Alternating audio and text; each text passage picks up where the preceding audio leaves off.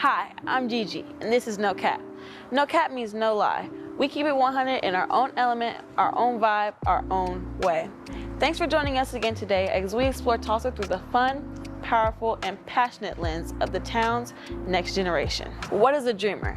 A dreamer refers to an immigrant youth who qualifies for the development, relief, and education for alien minors. While the majority of dreamers are Latinx, they are a diverse group and come from a multitude of countries and cultures. Today, we'll have the pleasure of speaking with a young dreamer who will teach us what it means to possess this special immigration status here in Tulsa. Thank you for joining us today, Kay. I appreciate it. It's a beautiful day. Thank you for taking your time out to do this interview with me. I'm extremely honored to be sitting here with you. So, if you don't mind, what would you like to go by? I would like to go by Kay. Now, are you originally from Tulsa? I'm not from Tulsa. I was born in Mexico, a state called Zacatecas. I've lived in Tulsa for almost 18 years. I came when I was around a 1-year-old and 8 months. So like whenever people ask me like, oh, like where are you from? Like I'm comfortable saying like I'm from Tulsa, Oklahoma, because I was raised here. I don't have any memories in Mexico. How important is it for you to maintain your custom? I think in a country like the United States, where people consider it the melting pot of the world, it's so important to to hold on to that culture that you do have, because in this big country, it's so easy for people to like lose who they are. And especially when I was younger, my parents made sure that I kept my culture. Spanish is actually my first language. I learned to speak Spanish before I learned to speak English. And going into elementary school and even high school later on, I took Spanish classes my whole life. I was in a dual language program whenever I was younger. And in that program, we learned a lot about cultures. We learned about the plight of immigrants in the United States. And I think that it helped me be very grounded in who I am. And it's important to me to keep my culture, because I love the way that I grew up with my family, my Mexican family, and I want my kids and my grandkids to be able to experience that, because I do think that Mexican culture is so beautiful. And I want to keep a grip on that, because it's something that's very important to me. It's something that I've never lost touch with. My grandma visits us very frequently from Mexico. I've just always been very passionate about being Mexican, and I've never lost that part of me, even though it is hard, especially in like a Republican state, to be of a different ethnicity.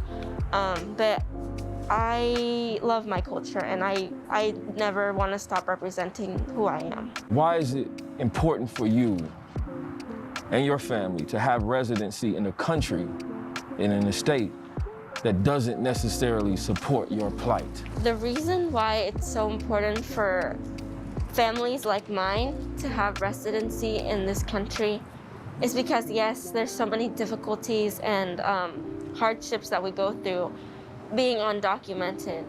But I think that a lot of people would agree that those hardships are nothing compared to what you go through in some of those South American and Central American countries.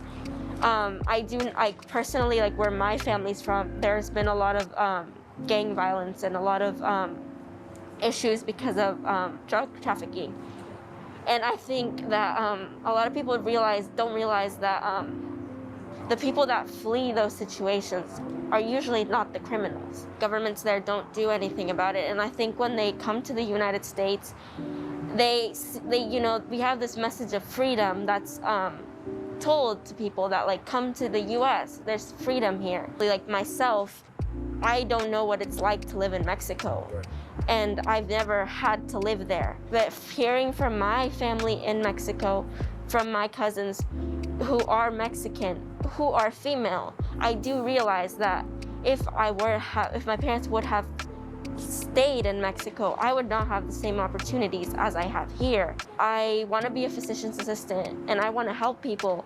And where I'm from, girls they finish high school, but they don't really go on after high school. Yes, in some big Mexican cities, a lot of people do go to college, But in the small town where I'm from, that's a very different story. With a residency, I would be able to, for once, be acknowledged by people as American, because I think a lot of people, I'm not very open about the fact that I'm undocumented. But if people knew that, I feel like they would see me as less American. And I want to be American. What does it mean to have that dream, or what does it mean to be a dreamer? To be a dreamer is to be brought, in my definition, is to be brought here as a child, to be given opportunity, and to be raised in this country where the mindset and what everyone tells you is that you can be anything you want here in the United States. And you grow up with that mindset, that dream mindset. It's a dream because of the legal situation that we're in right now, that not everyone is able to reach those dreams because of legal precedent that doesn't let them. There's so many boundaries to who you can be because of that legal status. And that's why it's a dreamer, because you have to dream about that, because we're not there yet. And there's still a lot that needs to be done in order for those dreamers to achieve that full-on dream of that American dream, basically. Considering that you've been here for 19 years and because of the legal precedents that immigrants have to still go through in order to prove themselves, especially dreamers, to prove themselves as no longer aliens in a country that's really all that they know, right? This is all you know. You only know to be American. But I can imagine that comes with some heartache and some fears at times, because the fact that on paper you're not necessarily truly American, right? There's a chance that if found out, you might have to go through some other hurdles, right? That you've never experienced before. So, and I mean, have you ever experienced a situation where a family member or a friend has ran into an issue where deportation came up, or there was a fear in the family of the family being taken away, being separated rather? Have you ever experienced anything like that? Whenever I was 6 years old, my dad was deported, and my mom had just given birth to my sister. So it was kind of a very difficult situation, kind of like being thrown into single motherhood. I do remember a lot of those feelings of fear and not knowing if our family was gonna be reunited. And my dad was able to come back, but as a 6 and almost 7-year-old, it was something that not a lot of 6 and 7-year-olds have to go through. And honestly, there wasn't a lot of support for me. My mom had a lot of support because we do have a lot of family here in Tulsa. So thankfully we weren't alone, but a lot of people have to go through that. And I don't have a lot of memories about it, but I do remember all these hardships my family, my mom had to go through whenever my dad wasn't with us. And I just kind of feel for all those people who have been separated. And thankfully my family's back together now, and I'm so grateful to God for that. But that fear's still present.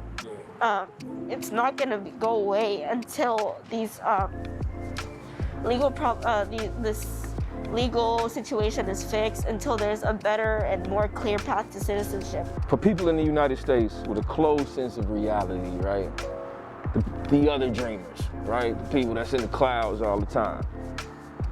What don't they know about the contributions of the Latinx immigrants, specifically from Central and South America, and that you would like to open their eyes to? So it's so disheartening hearing, especially with this term, with how the United States is right now. It's so divided, and with the ideology of some of the things that our current presidency has, the information they've spread, that they've given all these people. It's disheartening to know that, from personal experience, meeting people who are like me, they are saying, like, oh, they're just here to take our jobs. And what I wanted to say is that a lot of the jobs that these people are taking are the jobs that nobody wants to do. I know so many housekeepers, so many people that work in like hotels, cleaning rooms, and people, who work fast food, and there's just all these jobs that people necessarily don't really want. And they are doing that, like as I was telling you earlier, because that's just so much better than to what opportunities and what they would be going through if they were still in their home countries. And I just want people to know that we're not criminals. We come here for a better, we come here for a better future. And they're hard workers is how I wish people would see that. Well, President Trump, right now, knowing what you know, knowing what you've gone through, knowing what your family and people that you know have gone through, like, what would you say to him? I would want to tell him that I'm not a rapist, I'm not a criminal, I'm just someone who's looking for a future. And I just wanted to tell him that I wish he had more empathy. 11 million lives in his hands. You need to have in your conscience that you have these 11 million lives in your hands. And that even though there is a little bit of resentment within me, I don't wish him any bad, even though what he's done and what he said has affected me so greatly. Like the night he got elected, the day after he got elected, in school, I had to face racial discrimination in my own school because of that. People saying, build a wall and like kick them out. And I just want him to know that he's toying with people's lives. And I wish he would have more empathy to that. I know that he says that, we don't choose what situation we're born into, and he's so lucky that he was born into this position of privilege. And I just wish that he could be humbled down and that someone could teach him empathy, because as the president, I think that's something that's very important, to be not only humbled down, but to show empathy, because on top of those 11 million lives that I'm talking about, there's also the parents and the people that aren't being counted for, the people in the border right now who are trying to seek refuge from fleeing from war, fleeing from gang wars, and from all this these criminal activities that are going on in their home countries.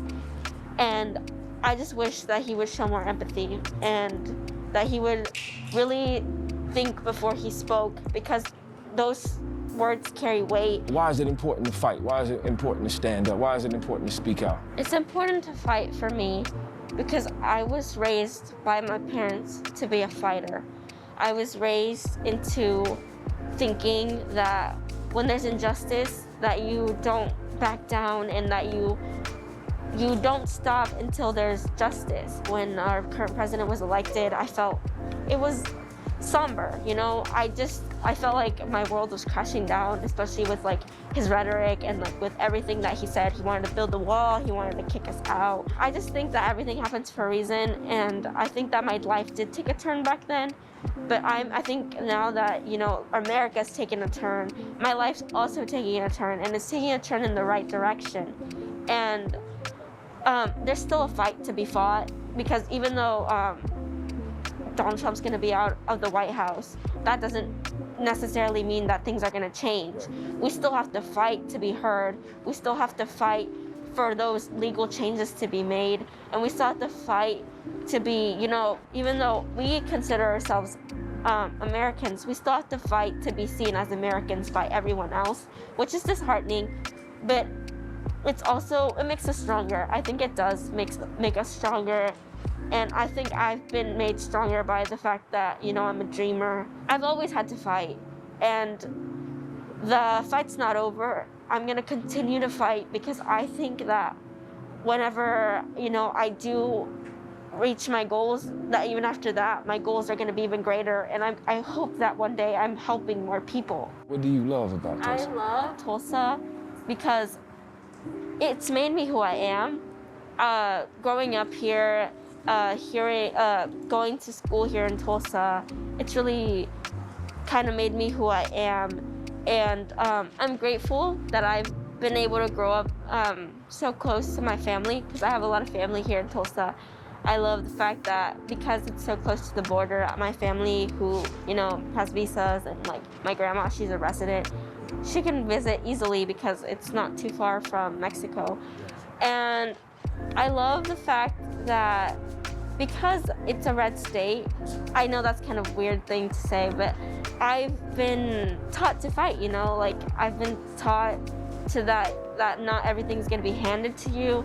And so it's taught me to be stronger. I think being here in Tulsa has taught me to be stronger, because I've had to seek out, even though these opportunities have been given to me, I've had to seek them out. And I love Tulsa because I think I mentioned earlier, I want to be a physician's assistant. And, Tulsa's really nurtured me into the person that I am. And once I hopefully do achieve my dream, I want to, nurture Tulsa and help it so that it's, because I do think that here, like there's a tiny blue dot in a big city, a big state of red. And I think that there's a lot of changes that can be made to just make Tulsa greater. And for opportunities like this, because I think that the reason why we're having this interview is because we know that we can reach Tulsans and that we can change their minds and their narrative about who these immigrants are.